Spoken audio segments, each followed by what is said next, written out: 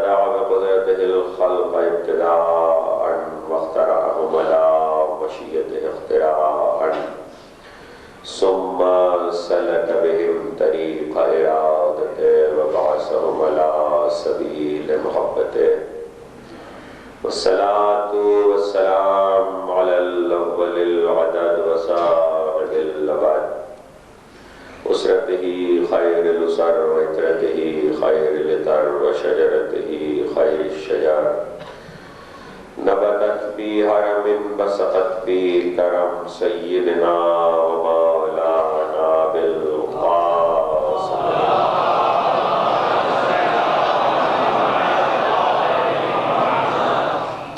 وأهل بيته الطيبين الطاهرين المعصومين المظلومين الذين أذهب الله عنهم الرجس وطهرهم تطهيرا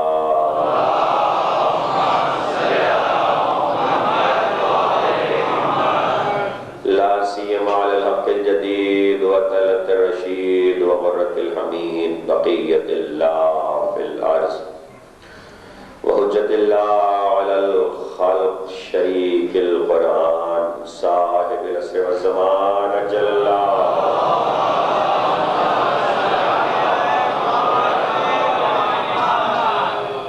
واللعنة الدائمة الباقية على أعدائهم ومنكر فضائلهم وغاسل حقوقهم أجمعين من يوم ظلمهم إلى يوم الدين أما بعد فقد قال الله سبحانه وتعالى في محكم كتابه الحكيم وله المثل الأعلى في السماوات والأرض وهو العزيز الحكيم صلوات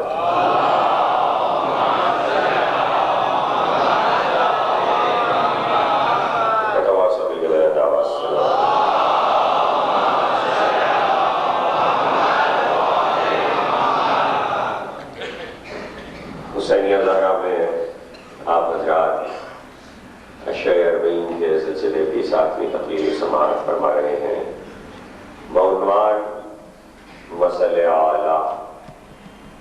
وہ مثل اعلیٰ کہ جو اپنی زندگی کے ایک ایک لمحے میں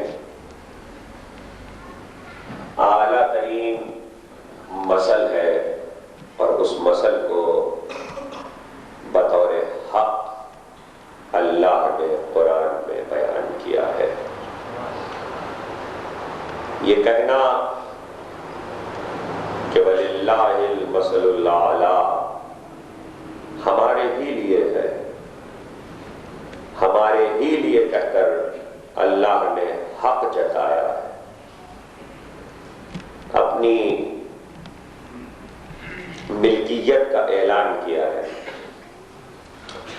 اور یہ خاص اپنی ذات سے مخصوص کیا ہے مثل اعلیٰ کو. وہ مثل اعلیٰ کہ جو بظاہر اسلامی معاشرے میں ایک سادہ سی زندگی گزارتا ہوا انسان ہے، لیکن وہ سادہ سی زندگی گزارتا ہوا انسان ایک طرف بندوں کے لیے نمونہ عمل ہے.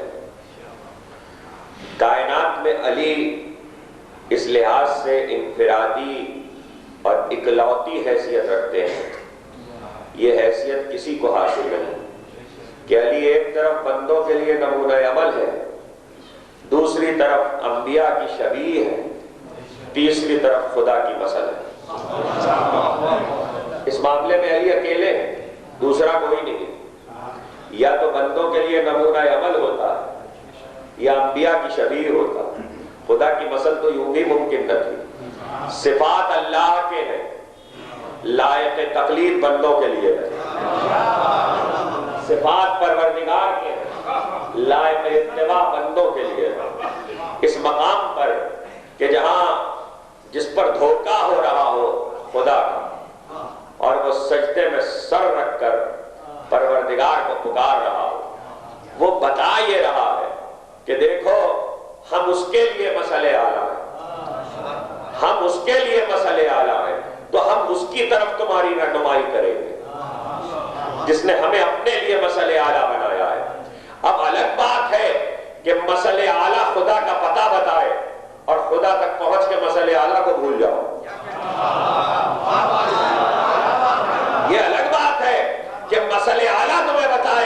کہ خدا کون ہے، کیا ہے، کیسا ہے، اور اس کے بعد سجدہ سمجھ میں آ جائے، اور جب سجدہ کرنے لگو تو علی کو بھول جاؤ۔ ارے علی نہ ہوتے تو سجدہ سمجھ میں کس کے آتا؟ علی نہ ہوتے تو نمازیں سمجھ میں کس کے آتی؟ علی نہ ہوتے تو قیام سمجھ میں کس کے آتا؟ علی نہ ہوتے تو رکوع سمجھ میں کس کے آتا؟ بھئی اس سے بڑھ کے بات کیا ہوگی کہ جس کو کوئی نہ جھکا سکا وہ سجدے میں جھکا ہوا ہے۔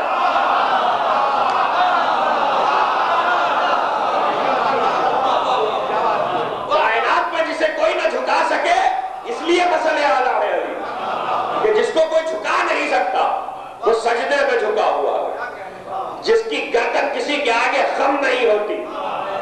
بڑے سورماؤں نے کوشش کر لی، تھک ہار کر آخر میں یہی کہنا پڑا، یہ نہ ہوتے تو ہم نہ ہوتے، یہ نہ ہوتے تو ہم نہ ہوتے۔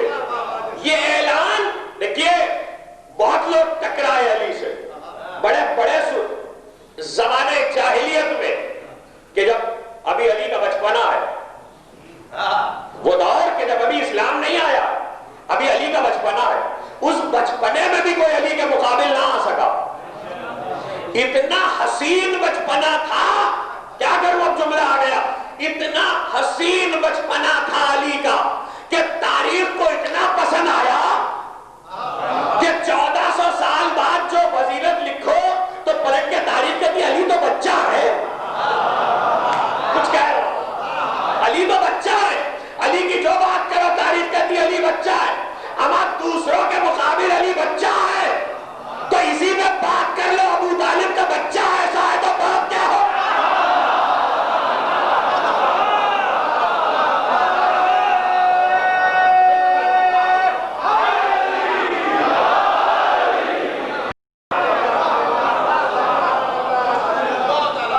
علی تو بچہ ہے، تاریخ کو علی کا بچپنا بہت پسند ہے، جہاں کوئی بات کرو کہاں ٹھیک سب ٹھیک مگر علی بچے ہیں، 40 کے ہو گئے علی بچے، 60 کے ہو گئے علی بچے، اللہ اللہ۔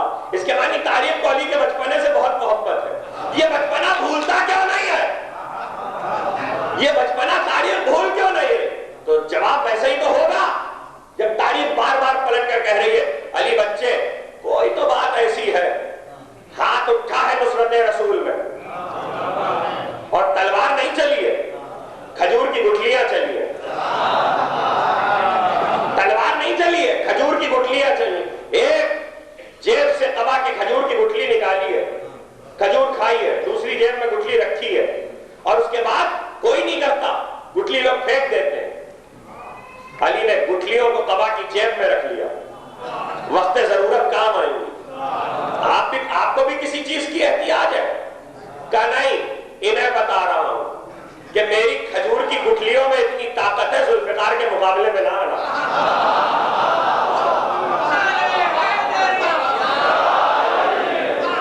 ابھی تو مکہ ہے، ابھی تو مکہ ہے۔ ایسے میں تاریخ کو علی کا بچپن یاد ہے، اور جب کسی کا ہاتھ ٹوٹا، کسی کا پیر، کوئی زخمی ہوا، کسی کی آنکھ ٹوٹی، نصرت رسول میں مارا نا۔ علی نے اپنے لیے تو کبھی کسی کو مارا ہی نہیں، یا خدا کی نصرت میں مارا، یا خدا کے لیے مارا، یا رسول کے لیے مارا، اور وہ چوٹیں دکھ رہی ہیں، آج تک جو دکھ رہی ہیں وہ چوٹیں، کبھی تو علی کا بچپن بھولتا نہیں ہے، آج تک دکھ رہی ہے۔ اب دیکھیے چوٹ کا اثر کہاں تک جاتا، علی کے مارے ہوئوں کے چوٹ کا اثر جسموں پہ نہیں ہے، روحوں پہ ہے، دلوں پر ہے، اور وہ رہیں گی۔ بہت وقت گزرا، بات آ گئی تو دو جملے کہہ دوں۔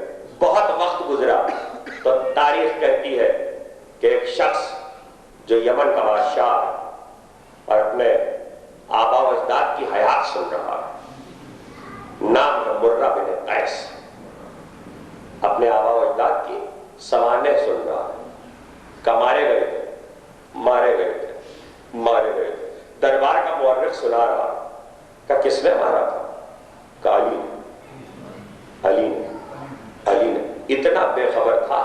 کہنے لگا یہ کون ہے؟ اتنا بے خبر تھا.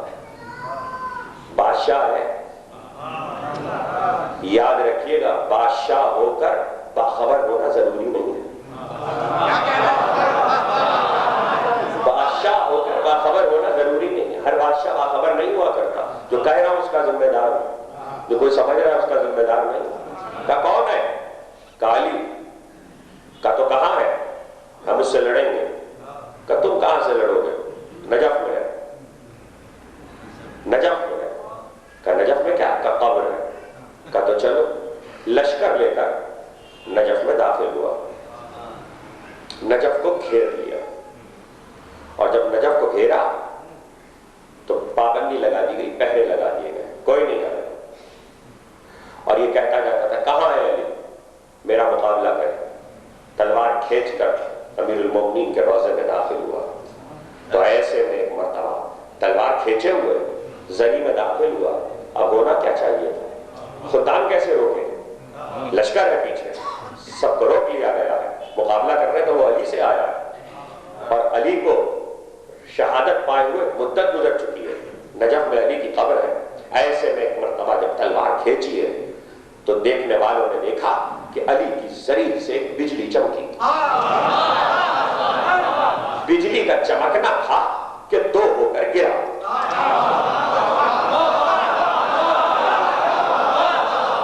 بجلی کا چمکنا تھا کہ دو ہو کر گرا. اب یہ یاد رہے کہ جب وار ہوتا ہے اور بدن دو ہوتا ہے تو دو جب بدن ہوگا, دو ٹکڑوں میں بٹے گا تو لہو تو گرے گا, خون تو گرے گا. خون کا ایک قطرہ نہیں گرا, بدن دو ہو گیا. بدن دو ہو گیا, خون کا ایک قطرہ نہیں گرا. لوگ بڑے حیران ہوئے, لڑنے کے لیے آیا تھا, ایک بجلی چمکی. دیکھنے والوں نے دیکھا دو انگلیاں تھیں جو سری سے نکلی تھی. یہ تاریخ کا واقعہ نہیں ہے, سری علی میں ابھی بھی انگلیوں کے نکلنے کا نشان ہے. نجف میں جا کر دیکھو علی کی زری میں اس وقت جو خواتین کی طرف والا حصہ ہے پردہ لگائے جانے کے بعد اس میں دو انگلیوں کی طرف, دو انگلیوں کے نکلنے کا نشان ہے. اس معجزے کا ابھی بھی باقی ہے. دو انگلیوں سے علی نے وار کیا تھا. جب گھر کو اٹھا کر حدود روضہ سے باہر لایا گیا تو خون گرنے لگا. ابھی تک لہو نہیں گرا تھا, حدود روضہ کے باہر گرنے لگا. علی نے بتایا نجاست یہاں نہیں آ سکتی.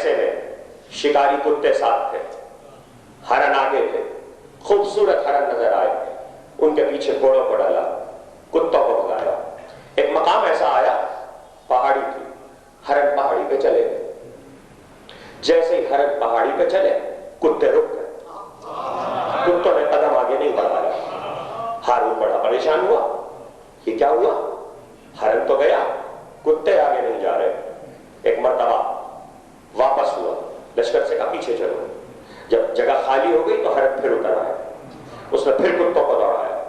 اس حد پہ آ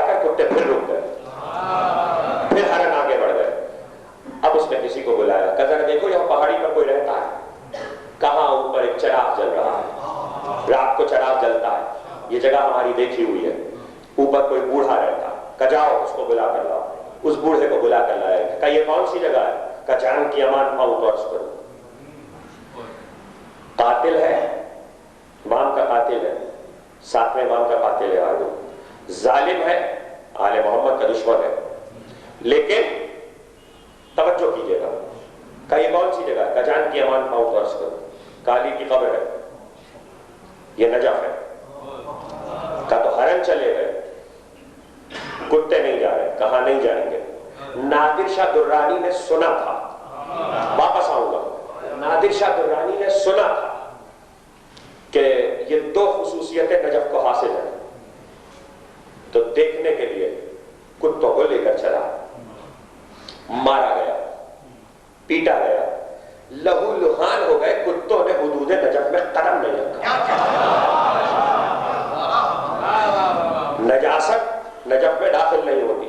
دوسرا معجزہ اس سرحد کا یہ ہے کہ اگر شراب کو لے کر جاؤ تو سرکہ ہو جائے گی, حیت کو تبدیل کر دے گی, حیت بدل جائے گی, شراب کی حیت تبدیل ہو جاتی ہے. اور شراب کے لیے جائیے توضیح المسائل اور تحفۃ العوام دیکھیے گا, فقہ کے تمام احکامات ہیں. شراب اپنی حیت بدل دے تو اس کی نجاست ختم ہو جاتی ہے, جیسے ہی وہ سرکہ بنے گی پاک ہو جائے گی, پاک ہو جائے گی تو حلال ہو جائے گی. حیت بدلی, پاکیزگی بھی آئی, حلت بھی آئی. یعنی حیت کیسے بدلی, یہ اعجاز علی ہے.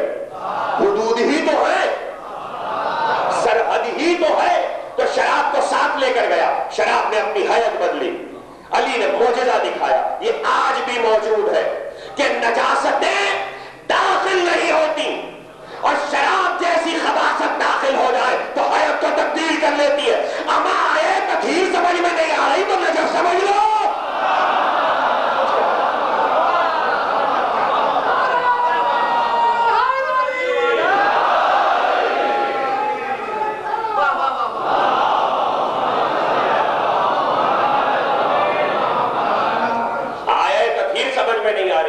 سمجھ میں نہیں آ رہی تو اس منزل پہ رک کے سمجھ لو کہ شراب اپنی حیت کو تبدیل کر لیتی ہے. تو چونکہ بے ادبی کی تھی, گستاخی کی تھی, کہ کتوں کو لے کر جان بوجھ کر گیا تھا, تو سونے کی زنجیر بنوائی, اور سونے کی زنجیر بنا کر کتا بن کر اپنے سپاہیوں سے کہا میرے گلے میں زنجیر ڈال دو. نادر شاہ درانی بادشاہ کا میرے گلے میں زنجیر ڈال دو اور مجھے کتوں کی طرح کھینچتے ہوئے لے کر جاؤ, اس لیے کہ میں نے بے ادبی کی, تو اس کا صلہ مجھے ملنا چاہیے تاکہ احساس رہے. حالانکہ میں نے معجزہ دیکھنے کے لیے کیا تھا, حالانکہ میں نے معجزہ دیکھنے کے لیے کیا تھا. حیت بدل رہی ہے نا چیز کی, توجہ کیجیے گا, حیت بدل رہی ہے نا شے کی, شراب کی حیت بدل رہی ہے, نجاست آ نہیں رہی. تو یہ کس کا اعجاز ہے, نجف کا کہ علی کا؟ نجف کا اعجاز اس لیے کہ علی کا اعجاز ہے. یعنی علی کی قربت, علی اگر حدود حرم میں کسی کو آنے کی اجازت دے دیں گے تو اگر وہاں قباست بھی ہے تو طہارت میں بدلے گی. یہی مطلب ہے قرآن کی اس آیت کا, اولئک یبدل اللہ سیئاتہم حسنات. کچھ وہ لوگ ہیں جن کے گناہ نیکیوں میں بدل جاتے ہیں. قرآن کہہ رہا ہے جیسے ہی محبت علی کے حرم میں آتے ہیں ان کے گناہ نیکیوں میں بدل جاتے ہیں. تبھی تو رسول نے کہا تھا علی کی محبت گناہوں کو ایسے کھا جاتی ہے جیسے آگ لکڑی کو.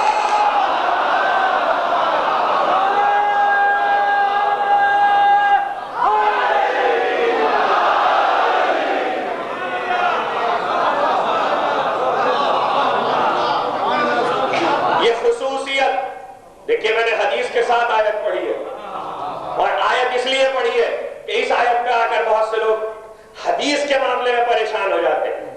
کہ دیکھیے آپ کہتے ہیں کہ گناہ کو علی کی محبت کھا گئی جیسے آگ لکڑی کو کھا گئی, تو لائسنس دے دیا, چھوڑ دیجئے حدیث کو. اولئک یبدل اللہ سیئاتہم حسنات. کچھ وہ لوگ ہیں جن کی گناہ نیکیوں سے بدل جاتے ہیں, جن کی برائیاں حسنہ میں بدل جاتی ہیں. ہم نے ہٹا لیا یہاں سے اپنے آپ کو, اس حدیث کے ساتھ اس کے سارے مصداق کو، مساجد کو، اس آیت کا مطلب بتائیے۔ وہ کون لوگ ہیں کہ جن کی نیکیاں، جن کے گناہ، جن کی برائیاں نیکیوں میں بدل جاتے ہیں؟ آپ کہیں گے ثبوت تو ہے، اس کا ثبوت تو اسلام میں موجود ہے، اس کا ثبوت تو اسلام میں موجود ہے۔ جب تک کافر ہے نجس ہے،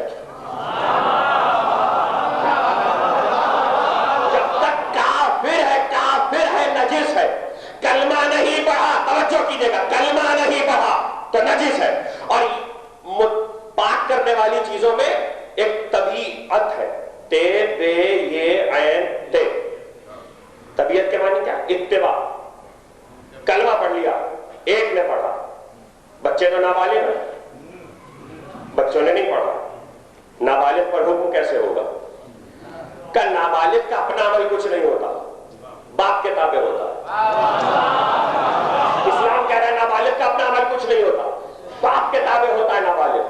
تو اگر باپ کے تابع ہوتا تو اگر باپ نے کلمہ پڑھا تو بچے خود بخود مسلمان ہو گئے، بچوں کو کلمہ پڑھنے کی ضرورت نہیں ہے، بچے مسلمان بھی ہوئے، بچے پاک بھی ہو گئے، نہلانا نہیں پڑے گا، بچوں کو نہلانا نہیں پڑے گا، خود بخود پاک ہو گئے۔ کہ بچوں کا سارا عمل باپ سے متعلق ہوتا ہے، بچے کا اپنا عمل کوئی نہیں ہوتا۔ نابالغ پہ نماز واجب نہیں ہے، لیکن اگر پڑھ لے تو اس کے نام نہیں، باپ کے نام لکھی جائے گی۔ اسلام کہہ رہا ہے نابالغ نماز پڑھے گا 9-7 سال کی عمر سے 14 سال تک، تو 7 سال کی نمازیں باپ کے نام لکھی جائیں گی۔ تو اب میں کیا کروں؟ یہ اسلام کا قانون ہے۔ علی کہہ رہے میں نے ہر مسلمان سے 7 سال پہلے بچپنے کے عالم میں نمازیں پڑھی ہیں، تو علی کی ساری نمازیں تو ابو طالب کے نام۔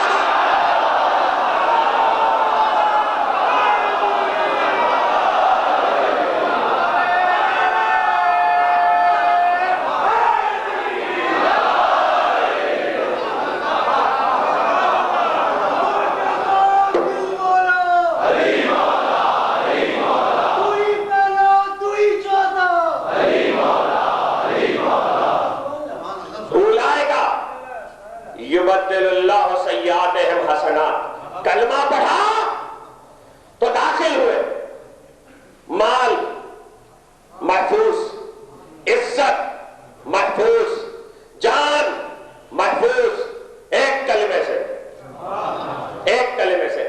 صرف ایک چیز نے سارا قانون بدلا۔ کلمہ اس لیے مجبوری ہو گیا ہے کہ کلمہ پڑھے بغیر کوئی کسی کو مسلمان تسلیم نہیں کرتا۔ مسئلہ یہ کہ اسلام قبول کر لیا تو ساری کی ساری چیزیں مل گئی، پاک ہو گیا، نہلانا نہیں پڑے گا۔ اولئک یبدل اللہ سیئاتہم حسنات، جو اس سے پہلے برائیاں کی تھیں، حد ہے کہ اگر شادی شدہ شخص ہے تو دوبارہ نکاح کرنے کی ضرورت نہیں ہے۔ کافر اگر شادی شدہ ہے اور مسلمان ہوا ہے تو دوبارہ نکاح کرنے کی ضرورت نہیں ہے، حالانکہ وہ نکاح اسلامی قوانین کے مطابق نہیں ہوا تھا، لیکن اسلام نے اسے تسلیم کر لیا۔ تم پاک ہو گئے تو سب پاک ہو گیا، یعنی دل پاک ہو گیا تو عمل دھل گئے۔ اگر محبت اسلام آیا تو اتنا کام ہو گیا، محبت علی آئے تو شراب کو سرکہ گئے، اور اگر دل میں آ جائے تو دل پاک ہوا تو سب پاک ہو گیا۔ طہارت آتی چلی گئی، اس کے 2 پہلو ہیں اور دونوں یاد رکھیے گا۔ بتا اس لیے رہا ہوں کہ لوگ کہتے ہیں کہ محبت علی کا بیان گناہوں کے لائسنس دے دیتا ہے، میں کہتا ہوں محبت علی کا بیان گناہوں سے روک دیتا ہے۔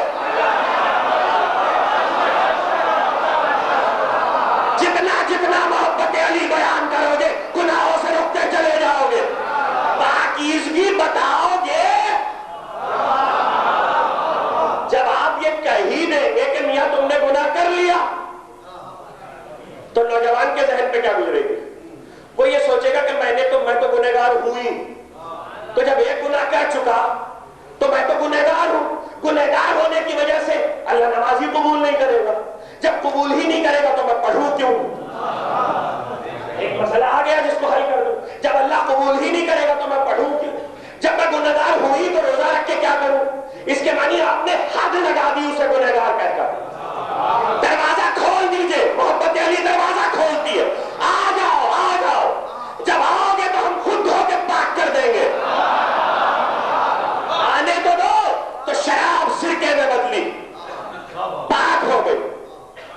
جو چیز اتنی ام الخبائث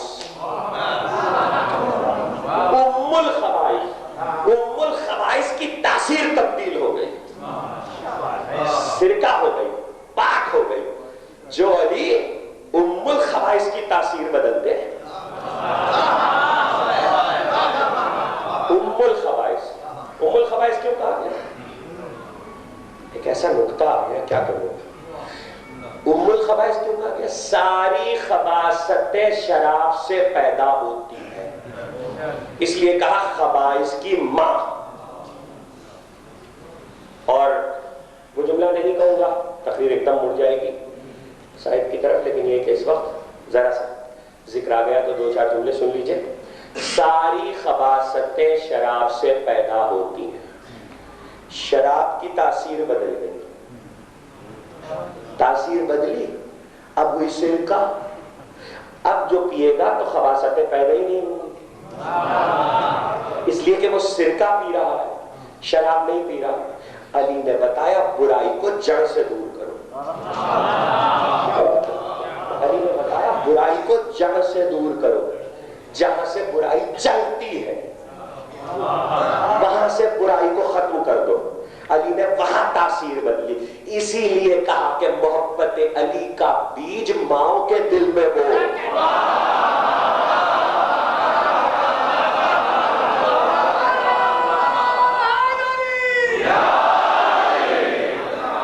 محبت علی کا تخم ماؤں کے دل میں بو، جب وہاں تاثیر بدل دو گے تو نسلیں پاکیزہ ہوتی چلی جائیں گی، نسلیں پاکیزہ ہوتی چلی جائیں گی۔ یہ حدیث تو ہر وقت ہر انسان کو یاد رکھنی چاہیے کہ جب اپنے دل میں ہمارے دادا علی کی محبت کی ٹھنڈک محسوس کرو تو اپنی ماں کو دعا دینا۔ امام صادق نے کہا اپنی ماں کو دعا دینا کہ اس نے تمہارے امر میں خیانت نہیں کی۔ ہاں، امین کی محبت ہے، امین کی محبت ہے تو ایسی نسلوں میں نہیں جاتی جہاں خیانت ہو رہی ہو۔ اس لیے ایسی بات کی جڑوں سے دور کرو، اور جب جڑ سے دور کرو گے تاثیر کو بدل دو گے تو اب اس ماں کی نسل جہاں تک جائے گی وہاں تک۔ دیکھیے کسی کی محبت میں اتنی طاقت نہیں ہوا کرتی، کسی کی محبت، یہ نہیں کہا، نہ قرآن کہتا ہے، نہ حدیث کہتی ہے، نہ روایت کہتی ہے، کوئی دکھا دیجئے کہ خدا کی محبت کا بیج دل میں بو دو تو نسلیں مسلمان ہوں گی۔ ہے ہی نہیں، میں کہاں سے لاؤں؟ جب ہے ہی نہیں تو میں کہاں سے لاؤں، کہاں سے بیان کروں؟ خدا کی محبت مانگی ہو وہ ایک الگ بات ہے، لیکن خدا کی محبت کا بیج دل میں بو دو تو نسلیں مسلمان ہو جائیں گی۔ یہ کوئی ضمانت نہیں ہے، ضمانت صرف ایک علی کی محبت کے ساتھ ہے، ضمانت صرف علی کی محبت کے ساتھ ہے، اس لیے کہ معیار ایمان علی کو قرار دیا، اور جب علی کی محبت کے ساتھ ہے تو وہ محبت تاثیر کو تبدیل کرتی ہے۔ آ تو جاؤ اس حدود میں تو آؤ۔ اس نے دیکھا کہ تاثیر بدل گئی، اپنی غلطی پر پشیمان ہوا، صرف معجزہ دیکھنے کے لیے نکلا تھا، اعجاز دیکھنے کے لیے نکلا تھا، اور اس کے بعد منت مانی۔ واقعہ مکمل کر دوں تو واپس جاؤں۔ اس کے بعد منت مانی، اور منت مان کر عجیب منت کی، خدا ہندوستان پر فتح عطا کرے گا تو شاہانہ تاج علی کے روضے کی نظر کروں گا۔ اللہ نے اسے ہندوستان پر فتح عطا کی، ہندوستان کو فتح کر کے واپس ہوا تو تاج شاہی علی کی نظر کر لیا۔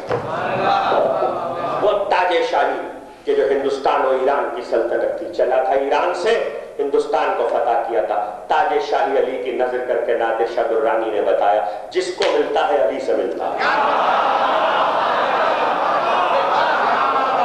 جس کو ملتا ہے علی سے ملتا ہے۔ اور اب یہ تاریخ کا جملہ تھا، اور اب یہ کتاب میں جا کر دیکھ لیجیے گا، منصب امامت سید اسماعیل شہید، میرے مسلک سے ان کا تعلق نہیں ہے لیکن منصب امامت میں انہوں نے جملہ لکھا کہ کوئی، عجیب جملہ، کوئی حاکم کسی سلطنت سے معزول نہیں ہوتا اور کوئی حکمراں کسی تخت پہ نہیں بٹھایا جاتا جب تک علی دستخط نہ کر دے۔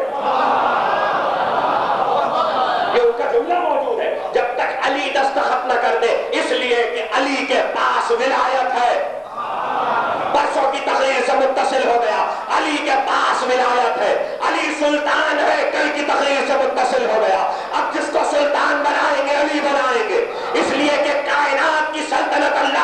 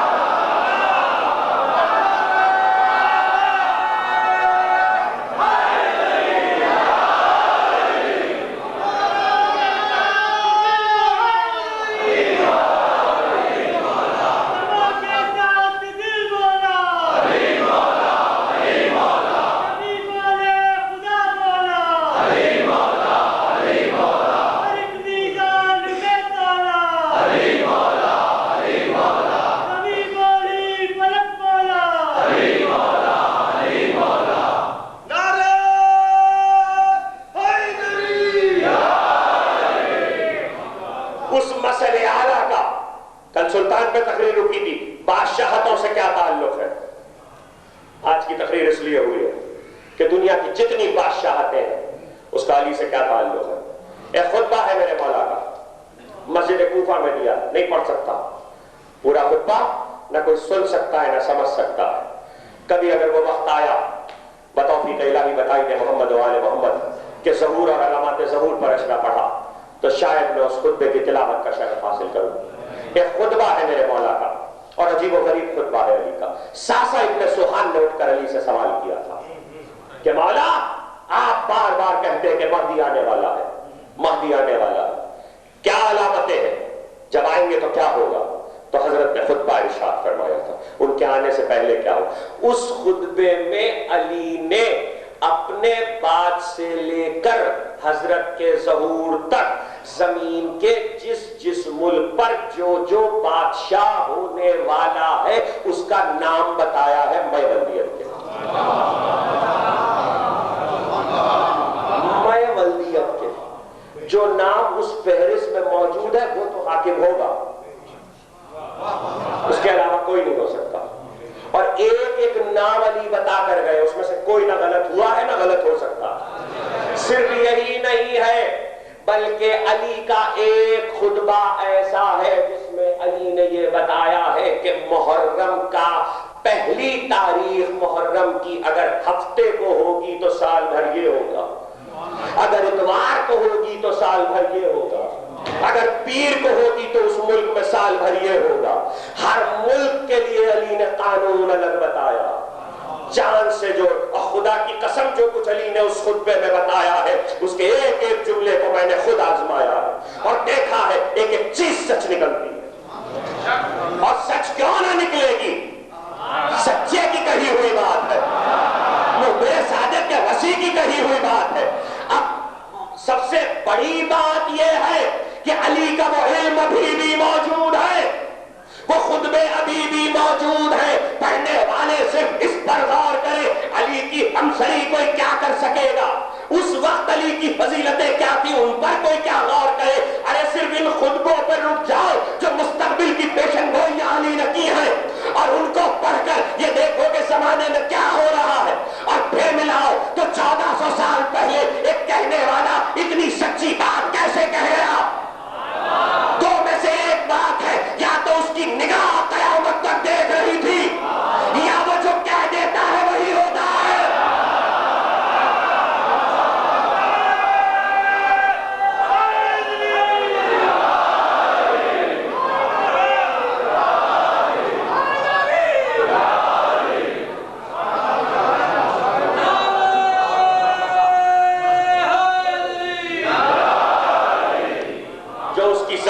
نکل جائے وہ دنیا میں سچ ہو جاتا۔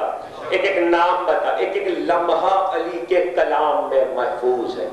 یہی نہیں ہے، ذکر آ گیا تو ایک جملہ سن لیجئے، کہا زمین کی مخلوق، زمین پر رہنے والے انسان اپنے علم میں ترقی کریں گے تو کرۂ ارض کے باہر کے لوگوں سے رابطہ کرنے کی کوشش کریں گے۔ کرۂ ارض کے، زمین کے دوسرے جو نظام شمسی کے اور عالمین کے کرے اور سیارے ان پر آباد مخلوق سے رابطہ کرنے کی کوشش کریں۔ اگلا جملہ بعد میں بتاؤں، یہ تو ثابت ہو گیا کہ زمین کے علاوہ دوسری جگہوں پہ بھی مخلوق خدا ہوگا، رابطہ کرنے کی کوشش کریں گے۔ جو اس مخلوق کو جانتا ہے وہ اس کی ضرورت بھی جانتا ہوگا، جو اس مخلوق کو جانتا ہے وہ یہ بھی جانتا ہوگا کہ اس کو ہدایت کب چاہیے ہے، جس کو اس کی خبر ہے۔ اور اس کے بعد کہتے ہیں کہ زمین والے اپنے علم کی ترقی پر اتنے نازا ہوں گے کہ ان سے رابطوں کی کوشش کریں گے لیکن ناکام ہو جائیں گے، اور پھر ان کروں کی مخلوق زمین والوں سے رابطہ کرے گی اور کامیاب ہو جائے گی۔ آدھا جملہ پورا ہو رہا ہے، ہو چکا ہے، آدھا جملہ پورا ہونے والا ہے۔ علی کی پیشن گوئیاں قیامت تک کے لیے موجود ہے۔ جس کے لیے جو کہا تھا، جو اپنے لیے بتا کر گئے تھے وہ بھی تاریخ میں کھلا ہوا ہے، جو دنیا والوں کے لیے بتا کر گئے تھے وہ بھی تاریخ میں کھلا ہوا۔ ارے علم علی کی بات کرو نا، علی کی فضیلت ان کا علم ہے. علی کی فضیلت کیا کروں؟ پڑھوں گا جہاد علی بھی پڑھوں گا، لیکن اب ایک جملہ سن لیجئے. علی کی فضیلت علی کا علم ہے، تلوار تو علی کی مجبوری تھی. تلوار تو علی کی مجبوری تھی. حکم جہاد مجبوری، آپ کہیں گے امام وقت مجبور نہیں ہوتا، یہ مجبوری عثمانی میں نہیں ہے. حکم جہاد آ چکا تھا، اس وقت کے لوگ تلوار سے آگے نہیں سمجھ سکتے تھے. اگر علم کی سمجھ رہے ہوتے تو علی خطبے دے تو رہے تھے. یہ تو آپ نے امام رضا علیہ السلام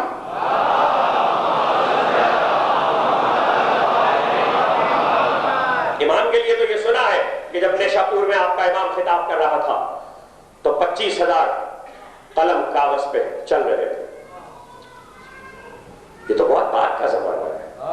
مسجد کوفہ میں جب علی خطبہ دے رہے ہوتے تھے تو 24,000 لوگ لکھ رہے ہوتے. 24,000 قلم کاغذ پہ چل رہے ہوتے تھے جب علی مسجد کوفہ میں خطبہ دے رہے ہوتے تھے. اور صرف 24,000 قلم کاغذ پہ نہیں چل رہے. کوفہ ایسا شہر ہے کہ جہاں دنیا سے قافلے آتے ہیں، پورٹ تجارت ہوتی ہے. کوئی ہندوستان سے آیا ہے، کوئی مصر سے آیا ہے، کوئی یمن سے آیا ہے، کوئی شام سے آیا ہے، کوئی روم سے آیا ہے، جا رہا ہے بازار سے علی کا خطبہ سننے. ہندوستان سے آنے والا تاجر علی کا خطبہ سن رہا ہے. خطبہ سنتے سنتے رک گیا، کہنے لگا یہ کون ہے جو علم ریاضی پہ بول رہا ہے؟ یہ کون ہے جو علم ریاضی پہ بول رہا؟ اس لیے کہ ہندوستان والوں کو اپنے حساب پہ بڑا ناز تھا. آج بھی ناز ہے. علم ریاضی ہندوستان سے زیادہ اچھا کہیں نہیں پایا جاتا. ہندوستان میں علم ریاضی اپنے کمال پر تھا تو ماہر تھا نا. تقریر مڑ جائے گی. ماہر تھا نا، ماہر فن کا ماہر تھا تو پہچان لیا کون بول رہا.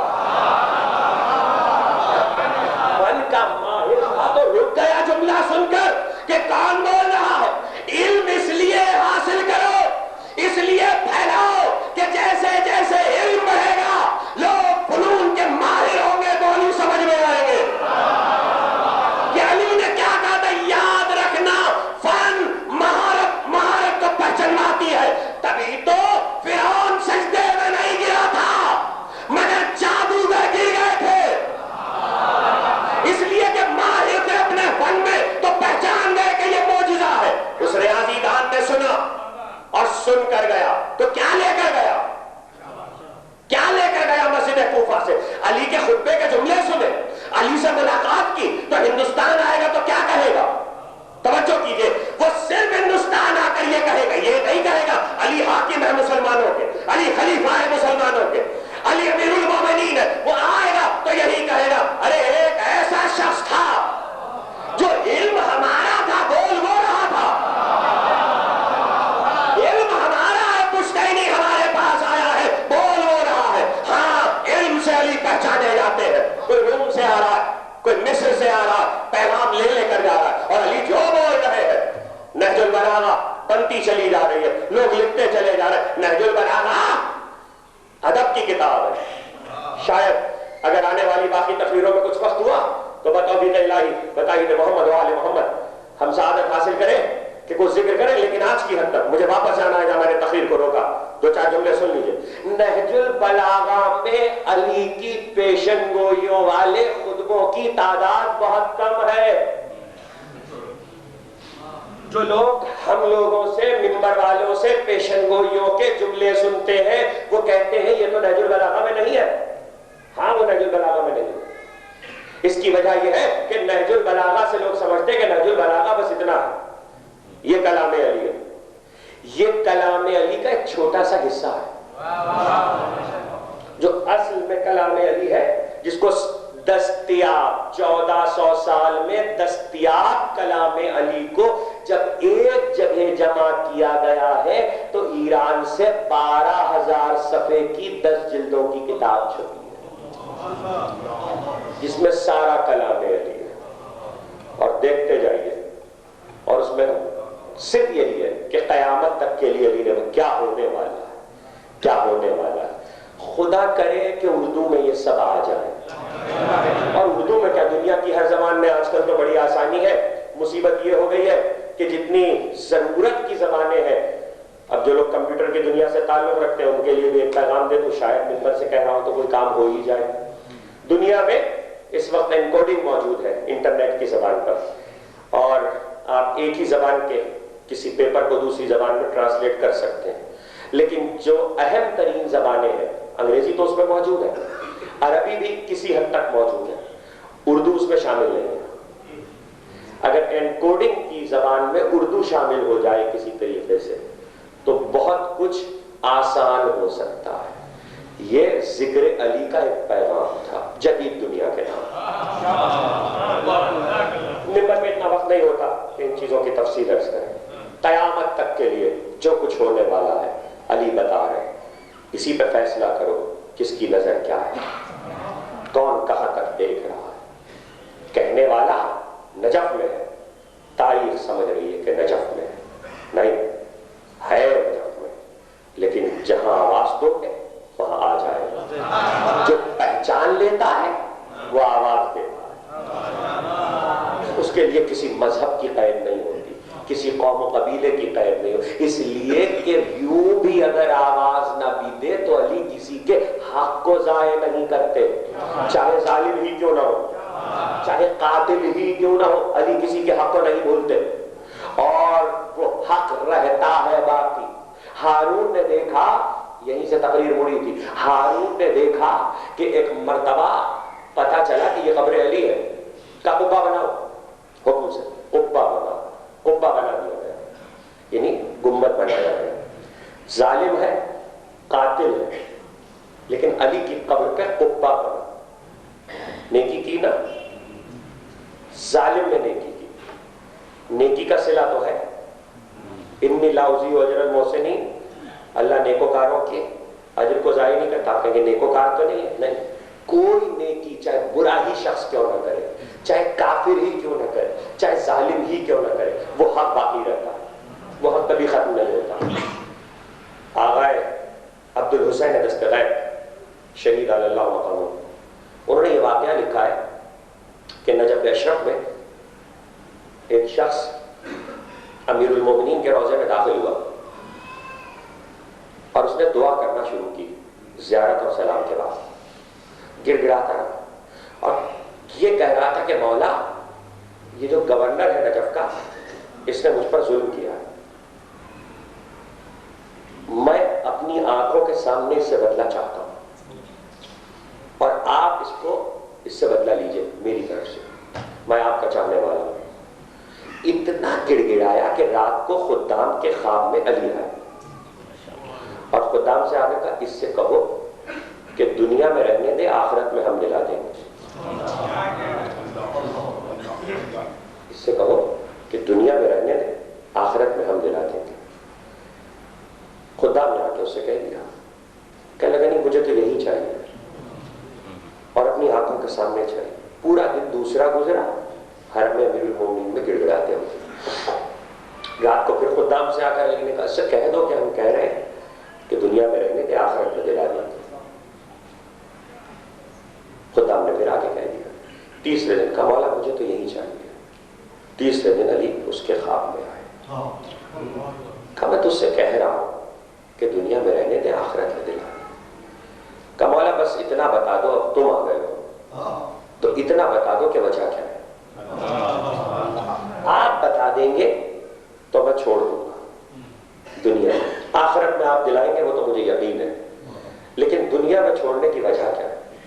عجیب جملہ کہا سنو، میں جانتا ہوں کہ میرے دوستوں میں نہیں ہے، میں جانتا ہوں کہ میرے دوستوں پہ ظلم کرتا ہے، میں جانتا ہوں کہ میرے چاہنے والوں میں نہیں ہے، لیکن جب نجف سے گزرتا ہے تو اپنی سواری سے اتر کر میرے روضے کی طرف رک کر کے سلام کرتا ہے. اس کا حق ہے مجھ پر.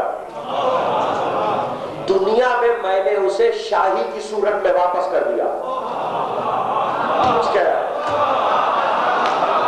دنیا میں نے اسے گورنری کی صورت میں واپس کر دیا ہے.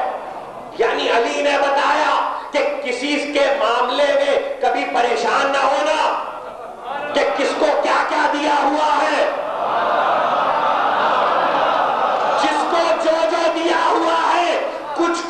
چھوٹی چھوٹی نیکیوں کا حق ہے جو علی یہاں دے رہے ہیں، وہاں کے لیے تمہارے پاس جنت رکھی ہوئی ہے، وہاں کے لیے علی کے پاس ایسی جنت ہے جو ان کو نہیں ملے گی۔ جس کا حق یہاں لوٹا دیا وہ پھر نہیں ملنے والا۔ تو کبھی پریشان نہ ہونا چاہنے والوں کہ علی کسی کو لوٹا دے، تو ہارون نے قبہ بنوایا تھا نا، تو ایک حق تھا علی پر کہ قبہ بس ظالم تھا، قاتل تھا، مگر حق تھا۔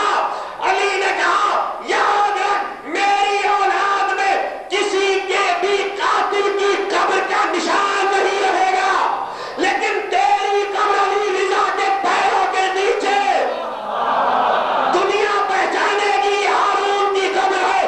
جب کسی قاتل کا نشان نہیں ہے تو اس کا نشان کیسے رہ گیا؟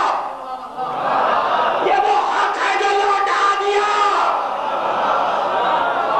دنیا میں لوٹا دیا، ورنہ کسی قاتل کی قبر نہیں ہے۔ علی کو کون سمجھ سکتا ہے؟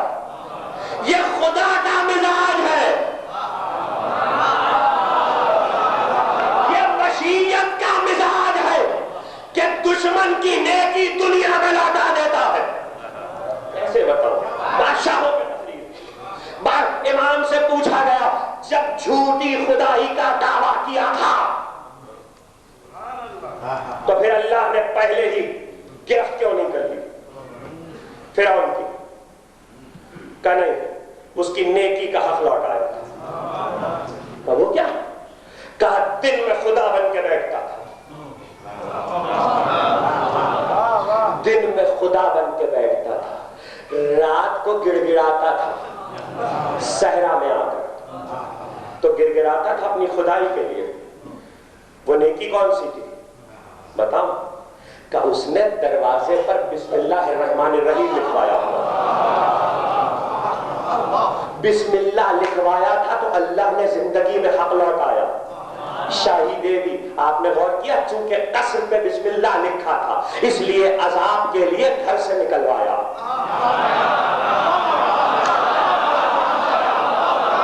عذاب کے لیے اللہ نے گھر سے نکلوایا، قصر میں عذاب نہیں آیا، دریا پہ آیا۔ تو کوئی مطمئن نہ بیٹھا رہے کہ ہم نے کچھ لکھ لیا تو محفوظ ہو گئے، عذاب آئے گا تو گھروں سے نکال لیا جائے۔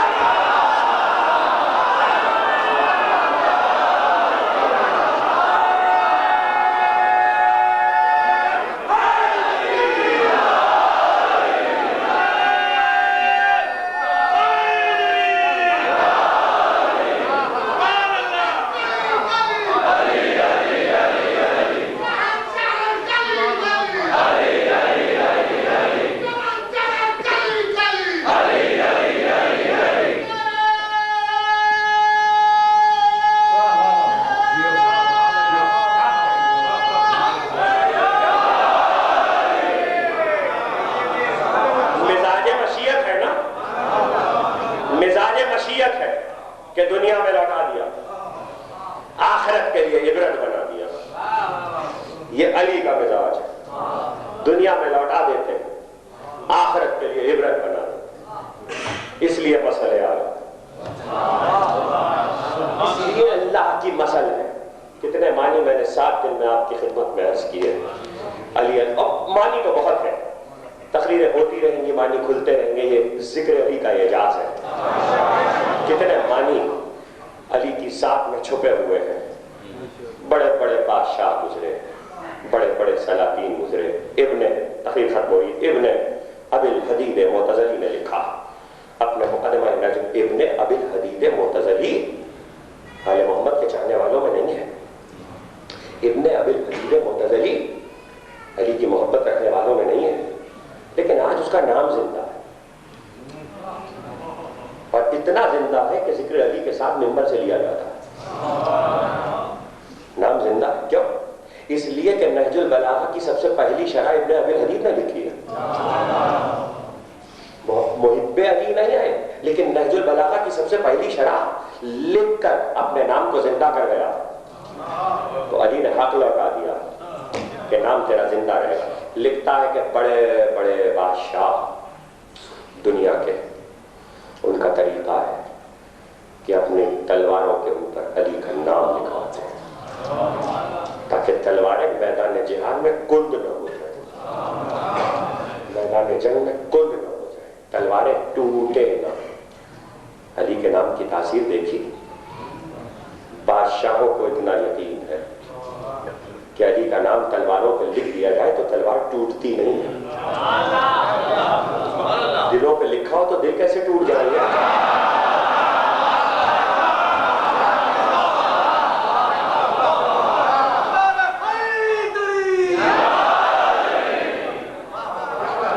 تلواروں پہ لکھا۔ آج چلو بادشاہوں کا ذکر تھا تو یہ بھی سن لیجئے، تقریر ختم ہونے، بڑے بڑے بادشاہ ابن ابی الحدید کہتا اپنے تخت سلطنت کے پیچھے بلندی پر تغرے لگایا کرتے تھے علی کے نام۔ ہمایوں جلال الدین محمد اکبر کا بیٹا شیر شاہ سوری نے حملہ کیا، سلطنت ہندوستان چھن گئی ہمایوں سے۔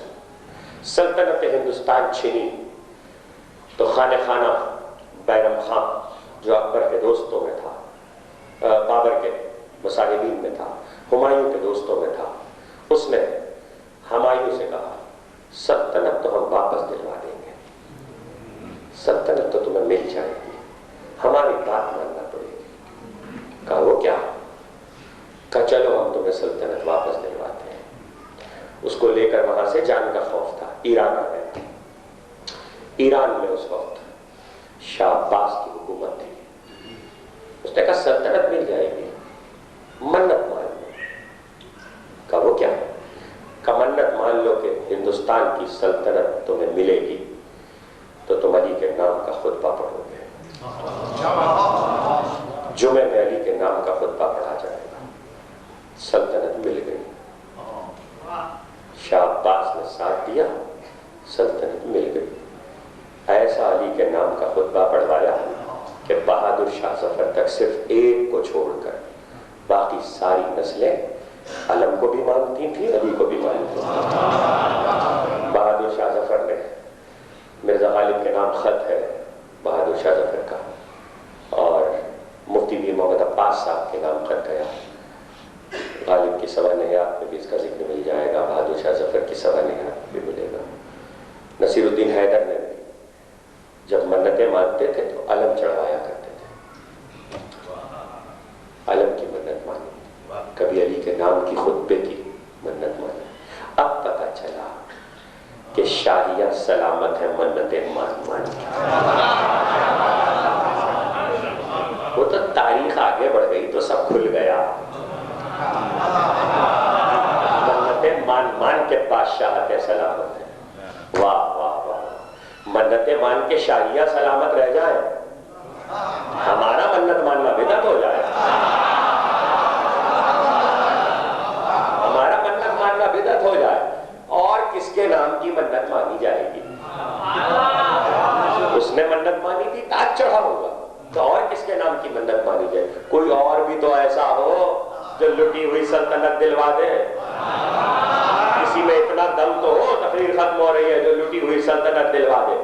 جس کے پاس اختیار ہو، جو سلطان ہو، وہی لٹی ہوئی سلطنت دلوا سکتا ہے، اور جب دلوا دے، سلطنت ہو یا کوئی بھی ایسی چیز جو نہ مل رہی ہو، ایسے ہی تھوڑی بیٹے دے دیے تھے تو دے دیے تھے تو اس نے یاد بھی رکھا تھا، اور اس طرح یاد رکھا تھا۔ ختم ہو گئی تقریر کہ پھر جا کے بس گیا کہ جب بیٹے جوان ہوئے تو شام میں جا کے بس گیا۔ سر چلتے ہوئے آئے نیزوں پہ بلند ہو کر، تو اپنے دیر کے بام پہ ٹہل رہا تھا، اور دیر کے بام پر اچانک ایک سر پہ نظر گئی۔ یہی ذکر ہے آج، اچانک ایک سر پہ نظر گئی۔